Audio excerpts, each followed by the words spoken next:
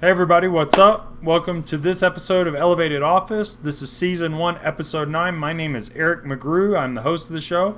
I'm also the owner of Eric's Tree Service in Montrose, Colorado. And today, the whole show is on stump grinding. First, we'll talk about a DIY product and go over a review of that. And then we'll talk about some things you might want to keep in mind to keep yourself safe, to bid well, and also to make sure that the customer knows what to expect and what they can do to help you out for stump grinding.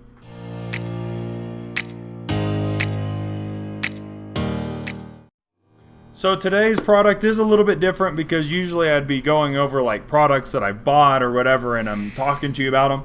And honestly, this is a product I just couldn't bring myself to buy. I read so many reviews and looked up and talked to a few people online that I know that are into tree service stuff, and I just couldn't justify the cost of purchasing it when the reviews weren't real great for it. So that being said, some people love stump grinding guards or the shields, the mesh trifold barriers that you can buy. Overall, overwhelmingly so, I found that most people said for the price you pay, the quality just isn't there. And that's not just Amazon, that's like all of the companies that sell them. It seems like the tubing doesn't go together really well. They don't last very long. The mesh starts to tear. And they're not cheap. At least they weren't last time I looked at them. So, with that in mind, what I did is I went ahead and I purchased some 3/4 inch plywood. I bought one sheet of 8 foot. And then I cut it into 4 sections of 2x4. So 2 foot wide, 2 foot deep, 4 foot wide, whatever you want to call it. And then I bought 4 industrial or heavy duty door hinges. And then I just bought a little box of drywall screws and I screwed the hinges to 2 pieces to make them, like a 2-piece fold. And now I use those as my stump grinding guard. So they're 4 foot high and they're 4 foot wide. And you can nest them one just slightly behind the other. And then they become 4 or 8 foot wide or 6 foot wide, really, because you can't put them flat completely or they'll fall over, but you have to turn each of the outside wings a little bit, and they stand up straight, and you can get them closer together or further apart. And these things, because they're 3/4 inch, they have enough weight to hold themselves. So I have yet to have them fall over due to being hit by a rock or a piece of stump or something like that. But I do know that every once in a while I hit them with the head of my stump grinder and they fall over. And the reason that occurs is because I try to put them really close when I'm close to like big windows or something in a building, or when there are vehicles around, when it's a public parking lot and I can't block the whole thing off. So the thing is that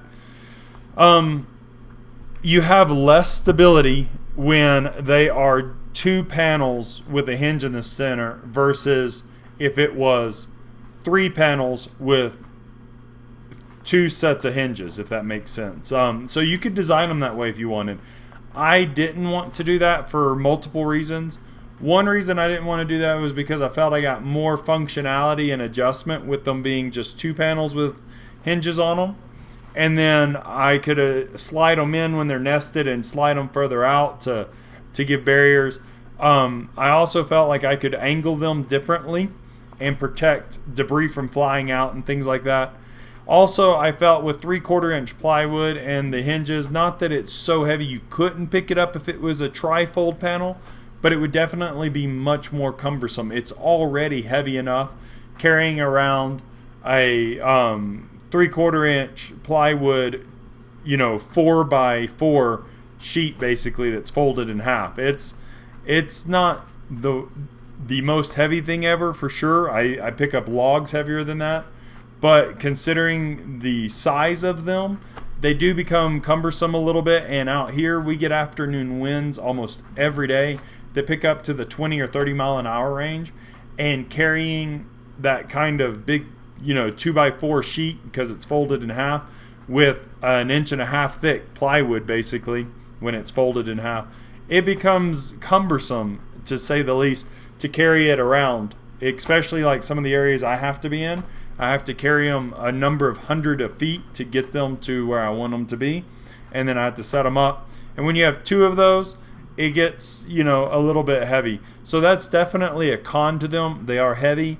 The pro is that I have them split in half versus threefold. They're just twofold, and that makes it easier to manage them. It also makes them more adjustable. And the 4-foot height versus the ones you buy online, which are much shorter, is really nice because it really protects debris from flying up. Where I'm at, there's a lot of sandstone, and you never know when you're going to hit a piece of rock that's going to bounce off. At least the unit I use is the Toro STX 36, I want to say it is, because I rent it, I don't own it, and the front end is kind of angled, and sometimes rock and stuff bounces off that and flies up in the air. So that can be a challenge, but that 4-foot high guard really stops that. And the great thing is because of the thickness and the mass that they have, the guards don't tend to fall over easily. I've had no instance so far where a piece of stump, and I've had some big chunks of dry stump hit them, or a rock hit them, that it's knocked them over. Now, I try to put them up close when there's windows and stuff around, so sometimes I do hit them with the head and then they'll fall over, so you have to keep that in mind. Probably a little less likely to do that if they were a threefold panel versus just twofold, but there's no real win-win and a perfect situation with this. Great thing about them though is that they are an affordable option. I mean, the plywood I want to say was $25, and then the maybe 30, and then the hinges were another $20, and then a few bucks for screws, and about 20 minutes cutting and screwing them together, and they were done, right? So really, really good product. I highly recommend if you do stump grinding with any kind of frequency in residential or commercial areas where you might have vehicles or windows or sensitive property around, that you get these things and use them. They're really a decent option, and they're durable. I've hit them with the grinding teeth a couple of times, so they have little gouges. Never fallen over steel with that. So the cons to them is that they are more likely to fall over when it's just a twofold, because you have less legs to hold them up. They are somewhat heavy, definitely heavier than the products you're looking at buying online, probably. They can warp in the weather, so keep that in mind, because they are plywood and that kind of stuff, and then they don't fold as closely together or nest as well or whatever. But you can screw them together if needed, so that's a pro. They are affordable, definite pro. They have enough mass to stand up when you accidentally hit them with rock or chunks of stump, definitely a pro. You can adjust the width of them by nesting them a little bit, which is a pro, and they're 4 foot tall, which is definitely a pro. So the pros, in my opinion, definitely outweigh the cons. Definitely a good product. I've been using mine for months now, and I just totally love them. My customers feel very safe with me using them. I'm not peppering their house or whatever with debris. So they like it when I pull them out. They're like, "Oh, you have have barriers," which is cool to them. And I mean, you could paint them or whatever. I don't. They're just raw plywood, but you could do that if you wanted to. You could even put logos or whatever on them. So there's a pro to them as well, I guess. And yeah, you can make them from your local home goods, home improvement store, wherever that might be, or hardware store or whatever. So that's a pro as well. So hope that helps you guys out. Definitely check them out. Check out my video on YouTube about them as well. I did a very short video showing what they are and the hinges that I have. In that video, I also have an Amazon affiliate link that directs you to a hinge that you can buy, that if you buy it through that affiliate link, I get a very small portion of what you buy, and that helps me keep the channel and everything going. So check that video out as well. I'll put the description of that video in both the podcast description and in the YouTube podcast video description. and you can go check out that other video. So thanks so much, guys, and let's get on to a few things you might want to consider about stump grinding to bid better and also to be safer, and just what you might want your customers to do as well. So keep that in mind, and let's get on with it.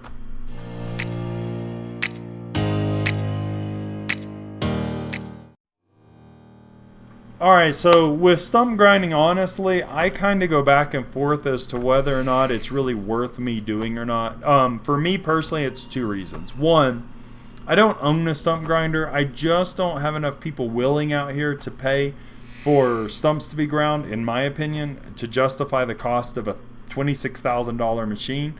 And I don't want one of the smaller stump grinders that you have to like manhandle and buck and everything.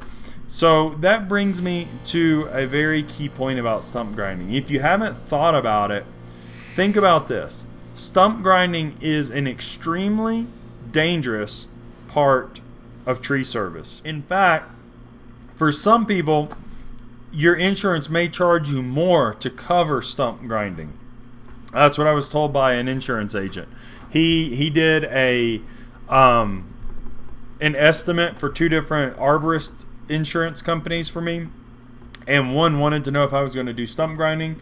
The other wanted to know but didn't quote a higher price, and the one did quote a specific price for a premium, but if I did stump grinding, the price was going to go up.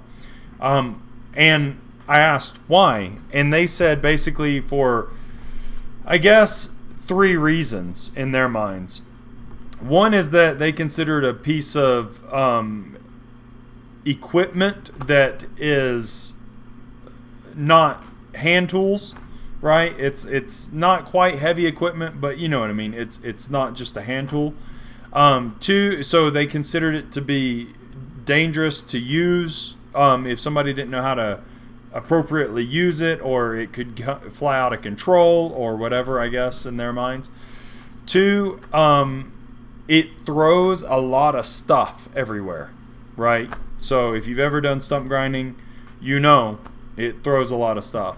And then three is that you're working potentially underground. And anytime you're working underground, insurance doesn't like that because there's a lot of unforeseen situations that could occur, right? So it is dangerous. That's just the realities of it. It's dangerous. So we take it for granted a little bit. You become more accustomed to stump grinding. You don't think about it as much. It's kind of, daily hack kind of stuff. But really, we need to step back and think about what we're doing. It is a very, very dangerous aspect of our work. In fact, it could be potentially almost as dangerous or more so than climbing. So why do I say that? Well, the other day I had a customer who wanted me to take down a cottonwood tree, and this tree like totally boggled me. It wasn't that big. It was probably 20 inches DBH or at chest height, and it was maybe only 35 foot tall, and I mean to the very, very tips. So the stem or the trunk was only maybe 20 foot tall, 25 foot tall, where it was any kind of sizable wood.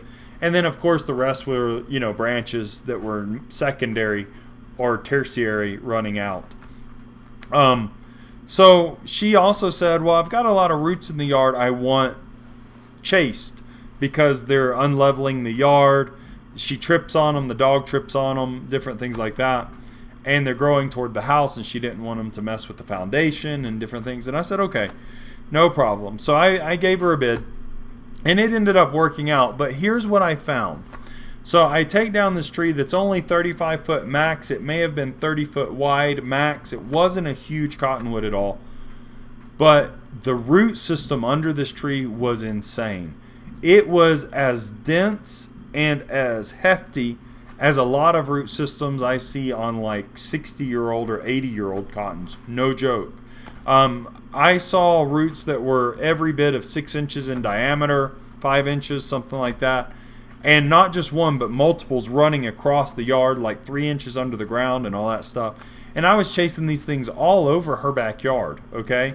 I was actually really surprised at how big the roots off this tree were. So I'm sitting there and I'm stump grinding, and of course I come into contact with very unexpected stuff. Rocks that had grown into the root, which is not maybe that unexpected, but wire, because that tree was planted there by a landscaper and they didn't pull the wire out, they just cut the wire on the root balls, opened it up, and then let it go.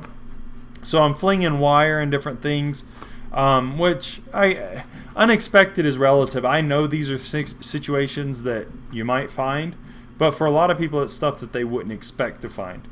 And the roots cross so much, I was cutting roots at one section and then another section, and then it was wrapping them up in the head of the stump grinder and flinging them and all this kind of stuff. And it was flinging them at contractors' equipment and tools. And I told them that was the case. I couldn't use guards because I was on the move constantly chasing these roots. And then here's what really got me though.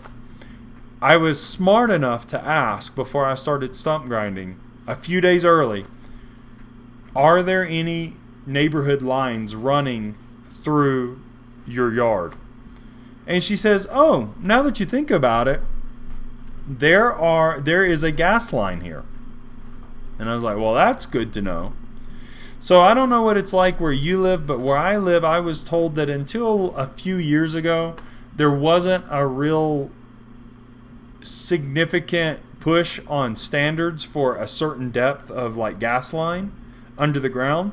It was kind of up to the general contractor's decision on how deep he wanted to put it. And they're running into gas lines at as high as 4 inches below surface. That's not a whole lot. You could easily hit the ground with a stump grinder and reach 4 inches real quick. So it could be a very, very potential a high potential for hazard using stump grinders. So one thing to definitely keep in mind is call the locating services. Here in Colorado, it's 811, and they'll come out, they'll check it out, and they'll mark them for you.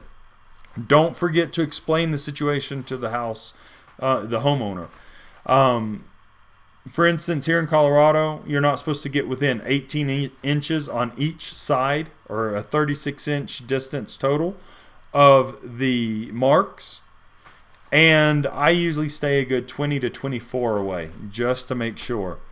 That's because their marking is based on electrical pulses, I understand. I'm not real up to date on how markings are done, but I understand most modern day ones are the pipes are wrapped in a certain kind of wire with electrical currents, and they have a certain, I guess it's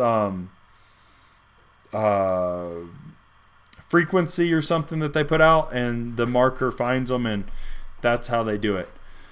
So definitely look for subterranean utilities, because like this gas line was one that just ran across like 6 streets in this one line of houses, because that's how they crossed the neighborhood. You would have thought, well, maybe it would have been along the line of the road. Nope, just through the back of her yard. Then to come to find out, when the phone guy got there, he located the utility. She had a major phone line running through the yard in another place she didn't even know about. So don't just go on the customer's say so. Don't forget to call, because I think at least here in Colorado, where we live in western Colorado, there is a 3-day max for the people to come out and mark. And it's up to midnight on the 3rd day, just so you know here.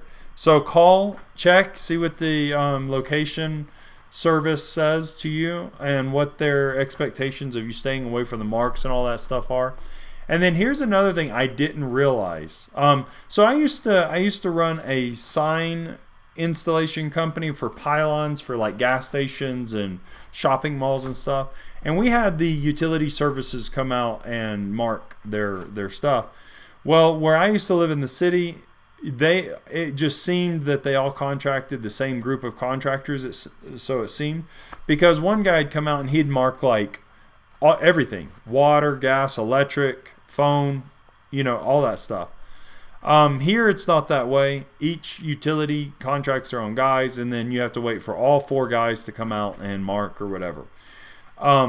What I didn't realize here, though, is that on residential properties, you have to pay a private utilities contractor to come out and locate private utilities. So a lot of the houses I deal with have been established for some time, like 30 years or so, and they're not the first owner. They're usually the second or third owner, sometimes fifth owner. And some of them have added garages and this and that and the other. Well, with each of those things, the varying ages of the homes, also the varying quantities of owners of homes, there's a high potential that they have run extra utilities. So you always have irrigation out here you have to be concerned about. They don't really locate that. You have to kind of guess at it. But if there's a shop or a garage, there's a possibility that a power line has been run, phone line possibly, plumbing possibly if it's got a bathroom or sinks or whatever in it. So there's lots of stuff like that could cost you a lot of money or danger if you don't know about it. So I haven't even started doing this, but I'm going to start doing it now that I've understood this a little bit better. I'm going to have them have to pay for a private utilities locator to come out and check. For some things, like chasing roots especially. If I don't know, it's kind of hard because I'm finding that some of the markings are way out of the logic. I wouldn't have thought that there would have been a sewer line right under the juniper tree that's only 12 inches from the house, the corner of the house, but there was. So it's just weird.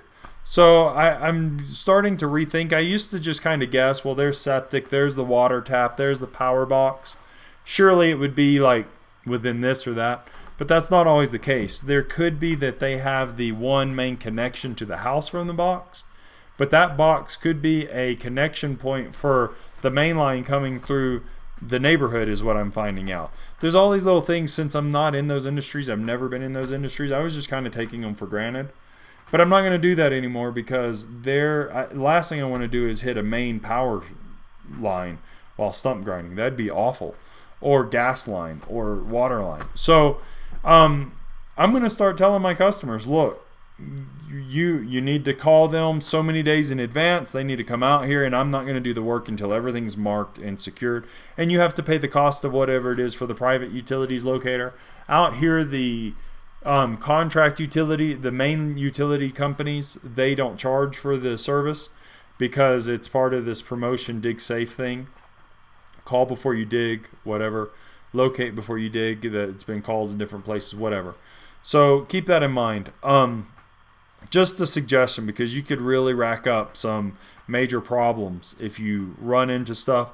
So the legality here in Colorado that I read in the terms is that if you didn't have it located and you hit it, it's totally on you. Somebody that I know told me, so it's hearsay, but just know, their friend was digging holes for posts for a deck in his backyard, and he just didn't think there was anything there. He was only digging 12-inch holes, and he hit a gas line and busted it, and it cost like 10 grand to have the fire department come out, cordon off the area, and then have the gas company come out and repair it. So yeah, it wasn't cheap. So know that. Now if they marked it and you hit something and it wasn't your fault because you were outside of the marks, then it's on them. They have to cover it. So yeah, it totally could be worth having all that stuff marked out if you're in neighborhoods that have lots of houses around, and if you're not sure for sure where the utilities are, and you're chasing roots all over the yard. Definitely keep that in mind. So second off is that You know, when it comes to stump grinding, I still see a lot of guys out there just grinding with like goggles on and earmuffs, and I can't tell you what to do, and I'm not going to try to tell you what to do. That's up to you. But I wear a full face shield all the time because I have been hit with some pretty hard stuff. So far, I've had what I consider to be basically 4 major close calls. One was a rock flung back off the side of the head because I use a articulating hydraulic head, and it came back and it missed me like shoulder height by maybe 6 inches, and it was sizable rock. Well, 5 instances then. I had a like 1.25 inch utility conduit coupler, like a wall anchor holder or ceiling hanger, that I have no idea where it came from. The trunk had grown up around it, and it flung it, and it like bounced off my helmet. That would have hurt pretty bad if I hadn't had a helmet or a face shield on.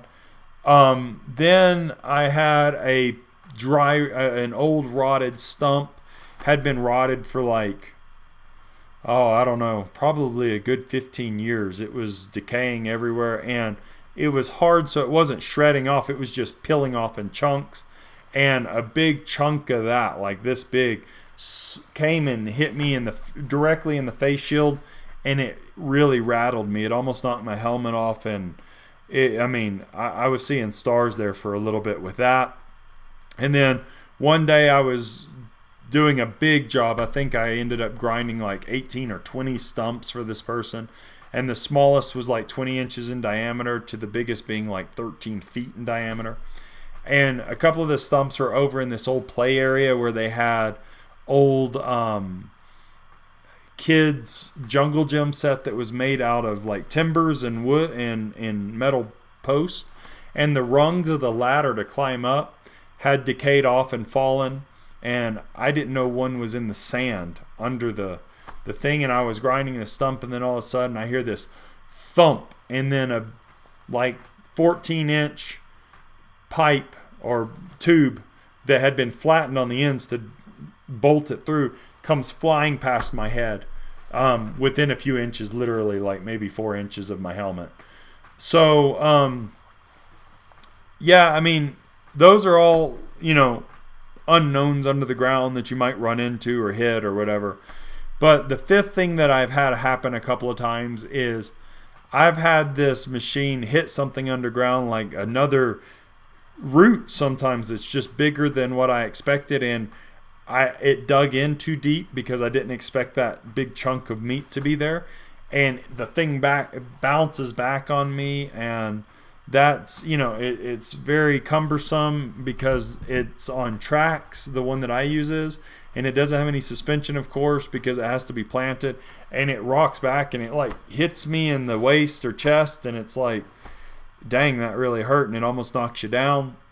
Trying to get up hills with them, I've had them start to tip back on me because the hill was too steep. Even trying to go at an angle to get to a stump, it starts to want to tip over, and I've had to finagle it like that. Or I've gone over what I didn't think was a big root or a rock, and then because it's a track, it bucks up real high, and then it slams down in the front real bad.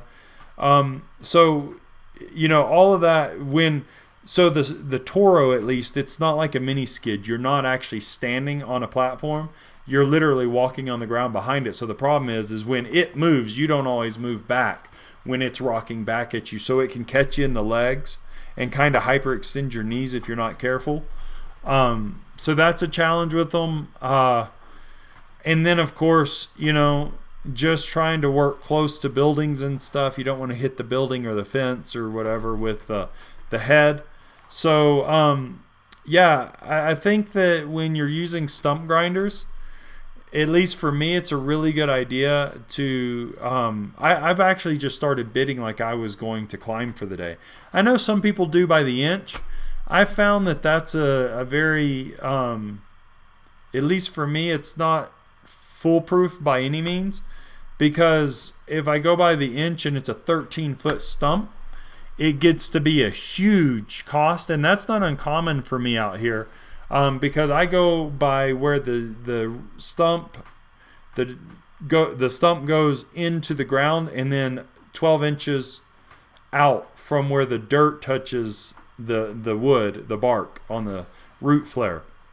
And I can easily get 13, 15, 18 foot in diameter out here, because we have all these cottonwoods that are plains cottonwoods, and elms, willows that are, ancient. And these things have huge, I mean, one willow I quoted, the stump was every bit of 22 feet in diameter. And at, $3 an inch, or whatever a lot of guys are doing, some guys are up to $5.50 an inch. It gets really expensive. So I found that wasn't really practical for a lot. I've started winning more stump grinding bids, not going by inch, but bidding myself a day rate as a climber, and then the cost of the stump grinder. That's what I do. And for small stumps, that's not effective at all. It becomes really costly, and people don't want to pay it, which is fine. I don't really want to do stumps, to be honest, a whole lot.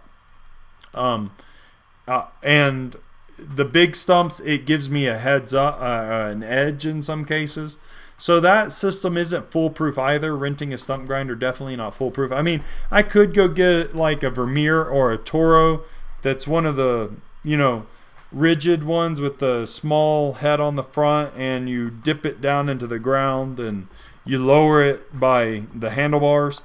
They're cumbersome, and I think they're dangerous. I've seen some videos of those things bouncing like 2 feet in the air, the wheels, but the front end bounces way back if you don't control it real well, or if it snags on something. I tend not to use those very much because I don't feel that they're that safe. I know a lot of people have them. If you're doing really small stumps, then fine, but if it's over like, I don't know, 8 inches, I don't like doing those kind of stumps or using those kind of stump grinders, but that's a personal preference. So I would find something that works for you. I don't know how guys are bidding in your area, but I do know that that's what a lot of people out here are doing, is by the inch. I just find that for big stumps is not real practical. Some of them have a sliding scale. If it's smaller, it's 5.5. If it's a bigger one, it's like $2.25 an inch. That's too much for me to keep up with. That's complicated.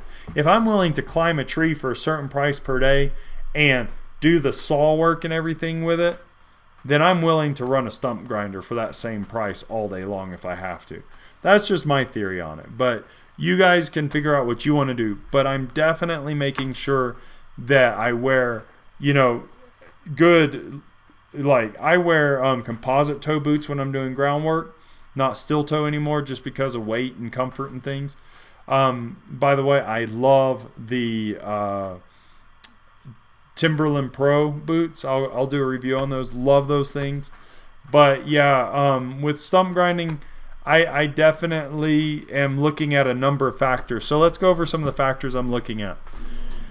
What is the potential of utilities in their yard? If it's way out in a property and they're the owner of acres and acres, there's less likelihood of crossing utilities. Not that it's impossible, but less likelihood. How reasonable is the terrain to manage a stump grinder on it? I mean, seriously, is it really steep hills that are hard to get the stump grinder up without it rolling over or kicking back on you? Is there a lot of rock that's exposed and potentially going to damage it, or the tracks? Because sometimes that the sandstone rock out here, at least, or really deep sand, will walk the tracks off the Toro stump grinder if you try to turn too hard or whatever. Is there a lot of loose stuff that's going to fly up when I'm using the stump grinder? Is it really close proximity to structures and windows and vehicles and people? That's always a concern for me. And then, do I have to set up barriers every time? and then the just size of it. What am I getting into? Also, what was there before? So sometimes there was something there that you didn't know about, and now the tree has just kept growing and growing. And like in the instance of that playground, there was a playground, I knew about it, I just didn't think about a ladder rung possibly being there, right?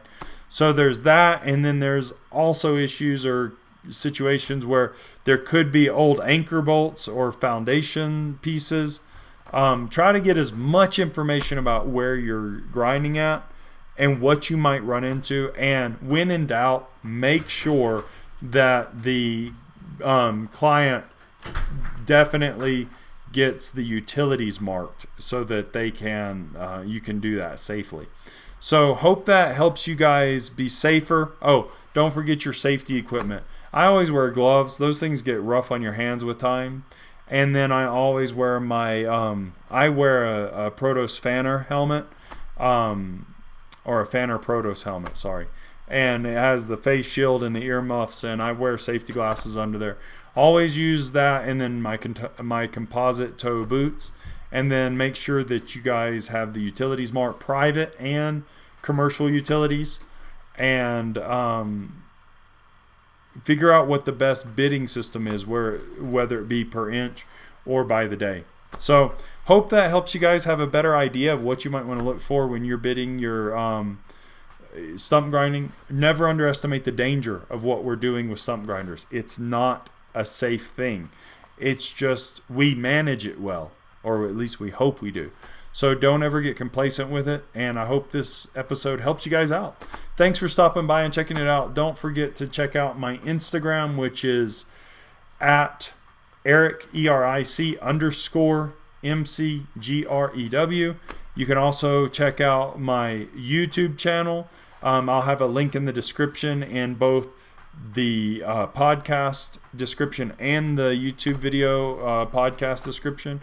And don't forget to check out that other video that I mentioned about my stump grinder guards, the DIY ones that I made, and any of my Amazon affiliate links. Check those out as well. So thanks, guys. Thanks for stopping by and listening to me. Hope it was helpful. Don't forget to comment. Let me know what you think. Is there a topic you'd like me to cover? What do you think about the topics I'm covering? And is there any experience that you've had in tree work that you think you would like to share with others? That'd be cool to know about. So thanks, and I will see you in the next one. Take care.